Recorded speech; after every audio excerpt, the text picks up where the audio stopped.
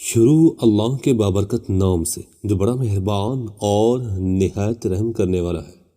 حضرت نعمان بن بشیر رضی اللہ عنہ سے مروی ہے، انہوں نے کہا کہ میں نے رسول اللہ صلی اللہ علیہ وسلم سے سنا، فرما رہے تھے اپنے اور حرام کے درمیان حلال کا پردہ حائل کر لو۔ جس شخص نے ایسا کام کیا اس نے اپنا دین اور اپنی عزت بچا لی، اور جو شخص حرام میں پڑ گیا تو وہ گویا اس شخص کی مانند ہے، یعنی جو اپنے جانوروں کو کسی ممنوع چراگاہ کے قریب چلا رہا ہے۔ حضرت فضالہ بن عبید رضی اللہ عنہ سے مروی ہے، اپنے اور آگ کے درمیان پردہ حائل کر دو، اگرچہ ایک کھجور کے ٹکڑے کے ساتھ ہی کیوں نہ ہو۔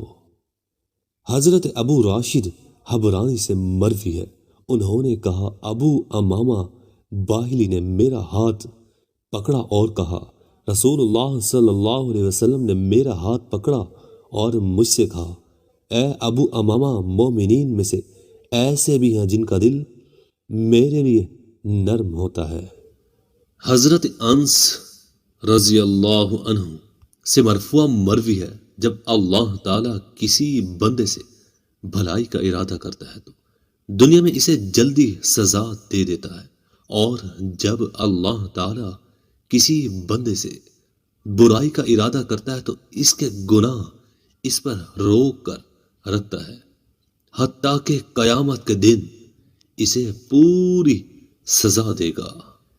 حضرت عمر بن حمق خزائی سے مرفوع مروی ہے، جب اللہ تعالیٰ کسی بندے سے بھلائی کا ارادہ کرتا ہے تو اسے محبوب بنا دیتا ہے۔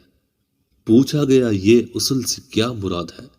آپ نے فرمایا اس کی موت سے پہلے اس کے لیے نیک اعمال کا دروازہ کھول دیا جاتا ہے، حتیٰ کہ اس کے ارد گرد کے لوگ اس سے راضی ہو جاتے ہیں۔ مزید ایسی اچھی ویڈیوز دیکھنے کے لیے ہمارے چینل کو سبسکرائب لازمی کیجیے گا۔